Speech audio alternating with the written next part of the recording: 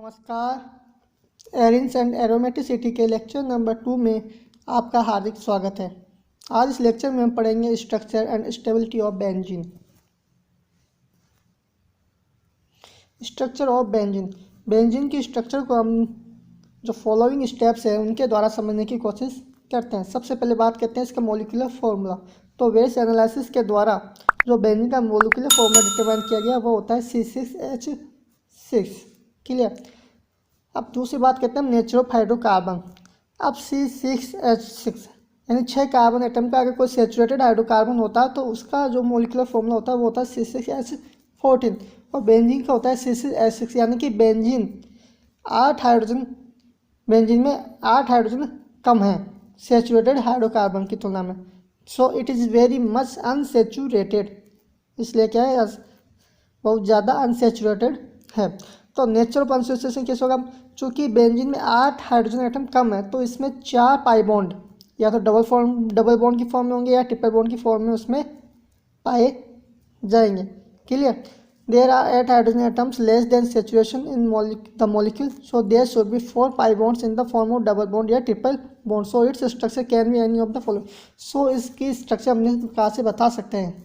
अगर बेंजीन में 4 pi bond double bond या ट्रिपल बॉन्ड की फॉर्म में हो तो इसकी स्ट्रक्चर इस प्रकार से हो सकती है। क्लियर। स्टार्टिंग से बता रहे अपन, जैसे ये वाली स्ट्रक्चर हो सकती है 1 नंबर, या 2 ट्रिपल बॉन्ड भी हो सकते हैं, या 1 ट्रिपल बॉन्ड और 2 पाई बॉन्ड हो सकते हैं, ये भी हो सकते हैं। लेकिन क्या होता है, if benzene had any of the above structure then it should have shown the following properties. अगर बेंजीन की तीनों में से कोई सी भी स्ट्रक्चर होती तो वह निम्न प्रॉपर्टीज को शो करता है। जैसे it should decolourise the bromine water and alkaline K M N O four, यानी कि ब्रोमीन वाटर और एल्कलाइन केमिनोफोर के साथ रिएक्ट करके उसको डिक्लराइज करता, उनको जो कलर आता है उसका रंगहीन होता। It should form addition products with halogen acids and hypoeric acids, halogen acids और हाइपोएरिक एसिड्स के साथ में एडिशन रिएक्शन देती। There should be addition of 4 moles of hydrogen और ओजोन, और वहाँ पर 4 मोल हाइड्रोजन और ओजोन का एडिशन भी होता अगर बेंजीन के तीनों स्ट्रक्चर्स में से कोई भी एक स्ट्रक्चर होती। But in fact benzene has none of the above properties, rather substitution reaction with halogen. In the presence of a catalyst it adds 3 moles of ozone. Clear. लेकिन जो बेंजीन की जो प्रॉपर्टीज है जैसे सब्स्टिट्यूशन रिएक्शन विद हेलोजन या in the presence of catalyst की presence में ozone के 3 मॉलिक्यूल्स का ऐड होना, वो तीनों स्ट्रक्चर्स के द्वारा हम नहीं बता सकते हैं, इसलिए वो तीनों स्ट्रक्चर तो क्या कर दी, डिस्कार्ड की गई। तो from the above fact it can be concluded that benzene has a cyclic structure with 3 pi bonds. So following structure. So ऊपर की जो ये पॉइंट्स थे 2 कि 3 मोल्स ओजोन के साथ कैटलिस्ट की प्रेजेंस में एडिशन रिएक्शन होता है या हाइड्रोजन के साथ सब्स्टिट्यूशन रिएक्शन होता है। क्लियर। तो वो दोनों कंडीशन तभी पॉसिबल थी कि जब बेंजीन की क्या हो, साइक्लिक स्ट्रक्चर। तो फिर बेंजीन की उस जो मॉलिक्यूलर फॉर्मूला है उससे साइक्लिक स्ट्रक्चर डिसाइड की गई कि जैसे स्ट्रक्चर 4 भी हो सकती है, 5 भी हो सकती है, 6, 7 और 8, इस प्रकार से स्ट्रक्चर्स बेंजीन की हो सकती है। तो benzene forms only 1 type of mono substituted derivative. तो it is possible only if all the 6 hydrogen atoms of benzene are exactly identical. Clear. लेकिन क्या होता है, बेंजीन में केवल एक ही प्रकार के मोनो सब्स्टिट्यूटेड डेरिवेटिव बनते हैं और ये तभी संभव है जब बेंजीन के सभी हाइड्रोजन एटम्स कैसे हो, आइडेंटिकल हो। तो इस कारण से 5 और 6 नंबर की जो स्ट्रक्चर है वह तो इस कंडीशन को फॉलो नहीं करती। जैसे 5 और ये 6 नंबर, यहाँ पर 2 प्रकार से हाइड्रोजन एटम है। के लिए 2 प्रकार के हाइड्रोजन एटम है, एक तो CH2 वाला हो गया और एक CH वाले हो गए। तो 2 प्रकार के हाइड्रोजन एटम होने के कारण ये दोनों स्ट्रक्चर तो क्या कर दी गई, डिस्कार्ड कर दी गई। Benzene forms 3 isomers of di substituted derivatives. तो structure 4 can not form, so this is also discard. ठीक है। बेंजीन डाई सब्स्टिट्यूटेड डेरिवेटिव के कितने आइसोमर बनाती है, 3। तो ये स्ट्रक्चर 4 ये नहीं देती, तो इसको भी क्या करते हैं, डिस्कार्ड कर दिया गया। अब कौन सी स्ट्रक्चर बनती है, 7 और 8। तो structure 7 and 8 were first of are given by the Kekule in 1865. So these are called as Kekule structure and are acceptable till today. Clear. तो ये जो 5, 7 और 8 नंबर की जो स्ट्रक्चर्स है जो कि केकुले ने 1865 में दी थी, जिनको हम केकुले स्ट्रक्चर भी कहते हैं, ये अभी तक एक्सेप्टेबल स्ट्रक्चर होती है। ये केकुले स्ट्रक्चर्स आप देख लो, जो इसी प्रकार से हम बेंजीन को लिखते हैं। Evidence in favour of Kekule structure. अब केकुलर स्ट्रक्चर के जो फेवर में जो एविडेंस है वो देखो कि इसका मॉलिक्यूलर फॉर्मूला बेंजीन का, और 3 डबल बॉन्ड्स और 3 isomers of disulphide benzene. All these properties show that its structure should be 7th और 8th। क्लियर। यहाँ पर भी 3 डबल बॉन्ड है, यहाँ पर डाइसल्फाइड बेंजीन के 3 आइसोमर्स प्राप्त होते हैं, और उसके जो मॉलिक्यूलर फॉर्मूला उसके आधार पर केकुलर स्ट्रक्चर जो 7 और 8 है वो सभी प्रॉपर्टीज को क्या करती है, शो करती है।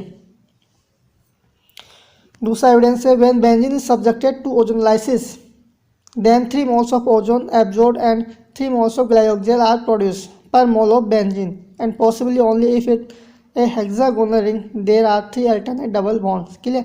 जब बेंजीन की रिएक्शन 3 मोल ओजोन के साथ हम करवाते हैं तो हमें 3 मोल क्या प्राप्त होते हैं, ग्लाइकोजेल प्राप्त होते हैं, और यह तभी पॉसिबल है जब बेंजीन की स्ट्रक्चर कैसी हो, हेक्सागोनल हो, और उसमें अल्टरनेट डबल सिंगल बॉन्ड पाए जाते हो। क्लियर। अगला एविडेंस क्या है, on oxidation with vanadium pentoxide benzene forms maleic acid, this also confirm Kekule structure for benzene. Benzene का जब वेनेडियम पेंटाऑक्साइड के उपस्थिति में जब ऑक्सीडेशन करवाते हैं तो हमें क्या प्राप्त होता है, मैलिक एसिड। ये भी केकुलर के स्ट्रक्चर को कंफर्म कर रहा है।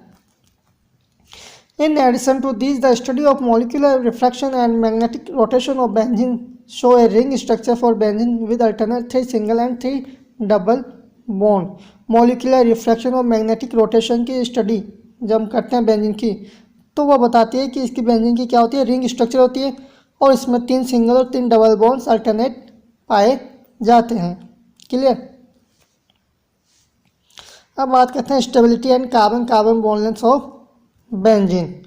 The unusual stability of benzene ring is clearly indicated from its low heat of hydrogenation and combustion. जो बेंजीन की जो असामान्य रूप से जो स्टेबिलिटी है वह है इसकी हीट ऑफ हाइड्रोजनेशन और combustion, low heat of hydrogenation और कंबशन के द्वारा क्लियरली इंडिकेट।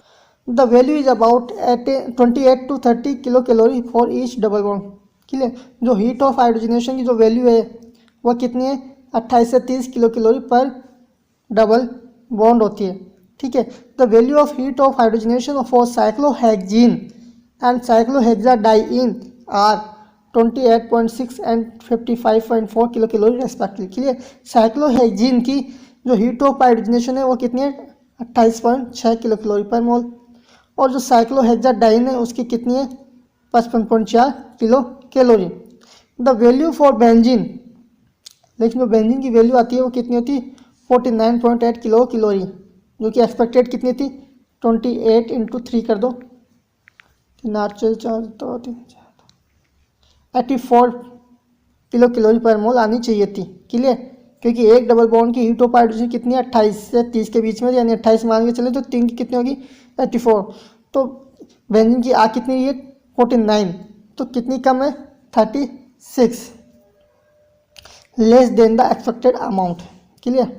ये आप देखो चार्ट में देख सकते हो, ये साइक्लोहेक्सेन, अब ये आप चार्ट देख सकते हैं जिसमें साइक्लोहेक्सेन की हीट ऑफ हाइड्रोजन कितनी है, 28.6 ऑब्जर्व है। क्लियर। हीट ऑफ हाइड्रोजनेशन क्या होती है, heat of hydrogenation is the quantity of heat evolve when 1 mole of N unsaturated compound is hydrogenated. Clear. उसको बोलते हैं हीट ऑफ हाइड्रोजनेशन। इसी प्रकार जैसे साइक्लोहेक्साडाइइन है उसकी हीट ऑफ हाइड्रोजनेशन कितनी आ रही है, 55.4 ऑब्जर्व, और कैलकुलेटेड कितनी, 57.2। तो बेंजीन साइक्लोहेक्साट्राइन जब इसका heat of hydrogenation upon calculate करते हैं तो वो आती है 85.8, लेकिन जो ऑब्जर्व हो रही है वो कितनी है, 49.8, यानी कि 36 किलो कैलोरी पर मोल कम प्राप्त हो रही है, इतना ज़्यादा। ठीक है। तो X ray deflection study revealed that all the carbon bonds in benzene are equal and have a bond length of 1.39 angstrom. X ray diffraction studies ये बताती है कि जो बेंजीन प्रत्येक कार्बन जो बॉन्ड्स हैं वो इक्वल होते हैं, उनकी बॉन्ड लेंथ कितनी होती है, 1.39 एंगस्ट्रॉम। क्लियर। अब बात करते हैं रिजोनेटिंग स्ट्रक्चर्स की, रिजोनेंस स्ट्रक्चर्स की।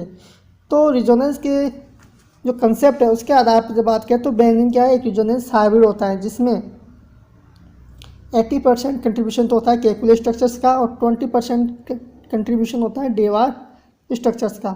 जो केकुले स्ट्रक्चर्स है वह ज़्यादा स्टेबल होती है, क्लियर, डेवार की तुलना में। डेवार स्ट्रक्चर्स की तुलना में ज़्यादा स्टेबल कौन सी होती है? Kekule structures, clear. और यहाँ पर जो केकुले स्ट्रक्चर्स है दोनों क्या की इक्विवेलेंट रिजोनेटिंग स्ट्रक्चर्स होती है। तो जो स्टेबलाइजेशन है रिजोनेंस का वो ज़्यादा होता है केकुले स्ट्रक्चर्स में। तो इस प्रकार से रिजोनेंस की क्या है, वो बेंजीन की क्या है, रिजोनेटिंग स्ट्रक्चर्स। अब बात करते हैं मॉलिक्यूलर ऑर्बिटल पिक्चर, ठीक। अब बात करते हैं molecular orbital picture, clear. Benzene की स्ट्रक्चर को एक्सप्लेन करने के लिए जो मॉडर्न अप्रोच है वो है मॉलिक्यूलर ऑर्बिटल थ्योरी। इस थ्योरी के अकॉर्डिंग बेंजीन में प्रत्येक कार्बन एटम क्या होता है, sp2 हाइब्रिडाइज होता है, जिसमें 2 sp2 हाइब्रिडाइज ऑर्बिटल्स पास वाले 2 कार्बन एटम्स के sp2 हाइब्रिडाइज ऑर्बिटल्स के साथ ओवरलैप करके क्या बना लेते हैं, सिग्मा बॉन्ड्स का निर्माण करते हैं। और एक सिग्मा बॉन्ड जो बनता है वो s और जो हाइड्रोजन का s ऑर्बिटल है इसके साथ ओवरलैपिंग से बनता है। तो इस प्रकार 3 सिग्मा बॉन्ड्स का निर्माण करता है, ठीक है। 3 सिग्मा बॉन्ड्स के द्वारा 2 कार्बन और एक हाइड्रोजन एटम जुड़े होते हैं। और चूंकि sp2 हाइब्रिडाइज है प्रत्येक कार्बन, तो बेंजीन में सभी कार्बन और हाइड्रोजन प्लेन में होते हैं। और इनका जो बॉन्ड एंगल है वह कितना होता है, 120 डिग्री। sp2 का जो आइडल बॉन्ड एंगल है वो भी कितना है, 120 डिग्री, क्लियर। तो इनका बॉन्ड एंगल कितना होता है, 120 डिग्री होता है। और प्रत्येक कार्बन एटम पर एक p orbital unhybridised p orbital शेष रहता है। तो ये 6 जो p ऑर्बिटल्स हैं प्रत्येक कार्बन पे, यानी कि बेंजीन में जो टोटल 6 p ऑर्बिटल्स हैं वह क्या करते हैं, आपस में पार्शियल ओवरलैपिंग के द्वारा इस बेंजीन के जो रिंग है उसके ऊपर और नीचे एक इलेक्ट्रॉन क्लाउड का निर्माण करते हैं, क्लियर। तो एक रिंग तो पाइलेक्ट्रॉन की ऊपर हो जाएगी और एक रिंग क्या होती है, नीचे प्राप्त होती है। आप देख सकते हैं स्ट्रक्चर्स में कि प्रत्येक कार्बन p ऑर्बिटल से ये आपस में ऐसे भी हो सकते हैं और चूंकि इसके साथ भी बना सकता है, ठीक है। तो इस प्रकार से एक रिंग ऊपर बनती है और एक रिंग नीचे बनती है। तो इस प्रकार से हम जो बेंजीन की है उसका मॉलिक्यूलर ऑर्बिटल जो पिक्चर है इस प्रकार से शो कर सकते हैं, क्लियर। ये रेफरेंसेज है, धन्यवाद।